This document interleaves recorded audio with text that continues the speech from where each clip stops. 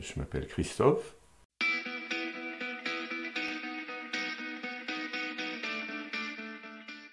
Je suis beau. Non, j'en sais rien. Je suis un homme normal, standard, physiquement, et puis après, au niveau du cerveau, ça gamberge un peu différemment, quoi. Je suis peintre, artiste peintre. Ce qui m'intéresse, c'est les bateaux de pêche et les bateaux de commerce, parce que c'est des objets vivants et c'est pas des objets d'apparat. Peindre des bateaux, c'est un raccourci de toute la création humaine, puisqu'il y a du métal, du bois, du cordage, de l'électronique, de la tuyauterie, etc., des moteurs. Et l'objectif, c'était de montrer la lutte de l'homme face à la nature, parce qu'en fait, la mer détruit très très vite. Et donc, c'est cet éternel recommencement, type mythe de Sisyphe, où on recommence éternellement pour obtenir quelque chose. Et donc, j'essaye de mettre dans cette composition, justement, ces différents éléments qui constituent l'historique humain, euh, qui est le plastique, le caoutchouc, le cordage, les parties métalliques, les fils électriques, les filets, enfin voilà. Et l'usure en même temps, parce que justement, on montre que ces matériaux, ils sont usés. Et ce thème du mythe de Sisyphe me plaît assez. Je suis un sale fils unique, avec tout ce qui va avec. Impatient, égoïste, solitaire, mais pas vraiment. Enfin, c'est compliqué parce qu'un fils unique, il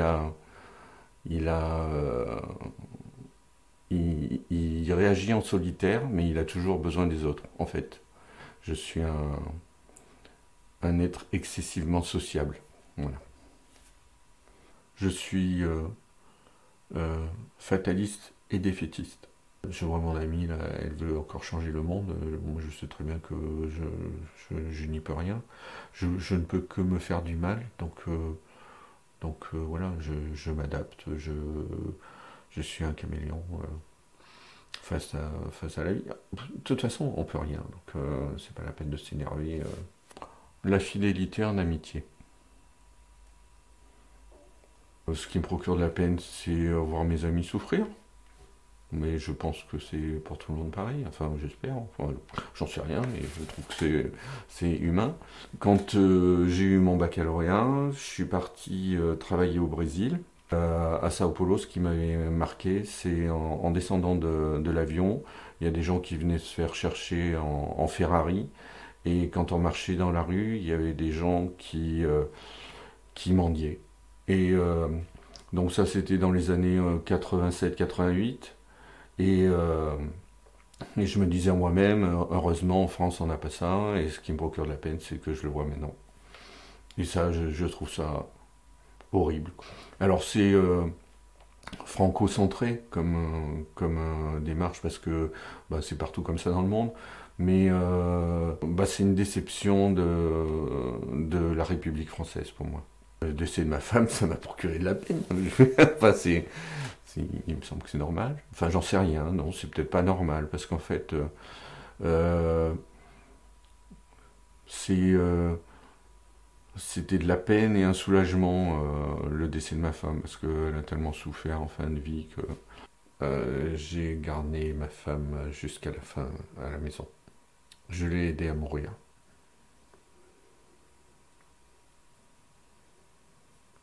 Ce qui n'est pas évident. Boire un canon avec des copains, une bonne rigolade, à l'instant présent, un rayon de soleil. Ce matin, là, quand je suis venu en vélo, je suivais le cheminement le long du plan d'eau. Le soleil se levait, c'était super beau. Ça me procure de la joie. Les autres. Les autres. J'aime les gens. Enfin, c'est c'est peut-être un fil rouge de ma vie, en fait, d'aimer les gens. Bon, et on a beaucoup voyagé. En fait, mon objectif, c'était d'être un globe-trotteur. Et ben là aussi, c'est le voyage pour voir, donc pour voir des paysages, certes, mais pour voir des gens, pour voir des cultures, pour voir autre chose, des fonctionnements, en sachant que de toute façon, quand on voyage, beaucoup, avec l'âge, on ferme son cercle. En vieillissant, eh ben, c'est pas qu'on cherche du confort, c'est que le corps ne peut plus supporter ces conditions. Donc, eh ben, après être allé au fin fond de l'Indonésie, après, eh ben, on réduit, on va à Bali, et puis après, on va en Europe, et puis après, on va en France. Ben là, je commence à rentrer dans le deuxième cercle de l'Europe étendue. Quand j'ai fait mes études de médecine après pour devenir dentiste, qu'est-ce que je faisais? Je soignais les gens. Je soignais pas, à la différence des praticiens actuels qui soignent une dent, moi je soignais les gens. C'est pas tout à fait la même approche hein, entre faire un acte médical et soigner une personne. Quand on soigne quelqu'un, on soigne pour son bien-être général, pour qu'il soit le mieux possible. Quand on fait un acte médical, on fait l'acte en lui-même sans aucun sentiment. Je veux dire, ça serait une chaise, ça serait pareil, quoi. Je veux dire, voilà, comme on répare une chaise, il n'y a pas, y a pas de sentiment à avoir. J'avais cet idéal écolo-gaucho, on va dire. Et en fait, je voulais faire archi. J'avais un voisin qui était architecte. C'était dans les années 86-87 déjà. Et moi, je voulais déjà faire la maison autonome, les maisons bioclimatiques. C'était ce que je voulais faire. Et donc, c'était trop en avance pour la période, ça se faisait pas. Il y avait 3-4 illuminés écologiques qui faisaient ça, donc ça marchait pas. C'est pour ça que je me suis orienté sur une autre voie. Et c'est une frustration éternelle, ça. Ce qui me faisait vibrer, c'était plutôt les beaux-arts, quoi. Euh, le mode de pensée. J'aurais fait archi peut-être à ce moment-là, oui. Il y aurait eu les deux, il y aurait le côté artistique et technique. Enfin, de la dentisterie, enfin, il n'y a rien de bien bandant. Hein, boucher des trous. Je faisais ces études dentaires dans un but strictement alimentaire. Hein, une fois que j'ai arrêté d'être dentiste et autres, je, je suis revenu dans ce réseau d'artistes. L'amitié. L'amitié. Et, et comme on dit dans le commerce, là, c'est les règles, les règles du commerce, c'est l'emplacement, ensuite l'emplacement, ensuite l'emplacement. Et ben voilà, on va dire 3 fois l'amitié. Je suis beaucoup dans la communication non verbale, parce qu'en fait, je fais très attention à la fois à ce qu'on dit et à la réception qui m'arrive en face. Un regard, un hochement de tête, une attitude physique, un port de corps m'apporte tout autant qu'une parole. Donc oui, la communication non verbale est très importante pour moi. Physiquement, j'ai peu de force. Parce que je suis vieux. Euh, à partir du lycée, avant le lycée, là, j'ai fait beaucoup de sport de combat en fait. Beaucoup de judo, aikido, jiu-jitsu. Enfin, bon, en prenant de l'âge, il arrive un moment où ça va, le corps ne supporte plus aussi bien les coups qu'avant. Et, euh, et donc j'avais essayé de faire d'autres activités. Après j'étais moniteur tir à l'arc, donc j'ai fait du tir à l'arc à un assez haut niveau.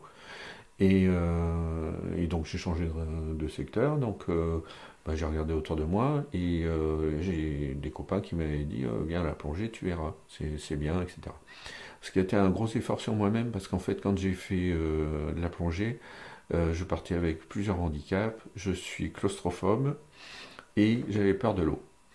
Donc j'avais peur de l'eau, je fais partie de la génération des traumatisés des dents de la mer. Donc chaque fois que je me mettais dans l'eau, j'entendais tan, tan, tan, tan, tan, tan, tan, tan. Donc franchement, c'était pas hyper cool. Et donc je l'ai fait au titre d'effort sur moi-même. Ça a été très dur. Franchement, je pense que c'était un des efforts vraiment, ça a été très dur physiquement et psychologiquement pour y arriver. Parce que c'est un effort de volonté. Je le voulais. Hein. Bon, tous les autres, il y aurait beaucoup de monde qui aurait abandonné parce qu'ils auraient dit, bah, c'est pas fait pour moi.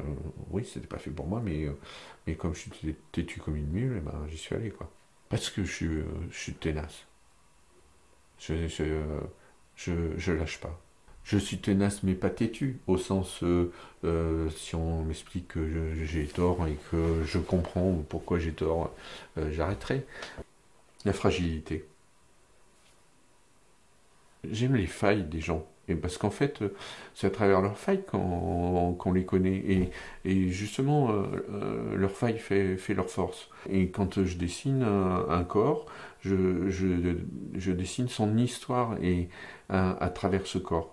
Et donc ça passe par les fragilités, les blessures et autres. Et c'est ce qui en fait un humain. Sinon, ce serait un robot. Je veux dire, je cherche pas des Terminators, je cherche des humains.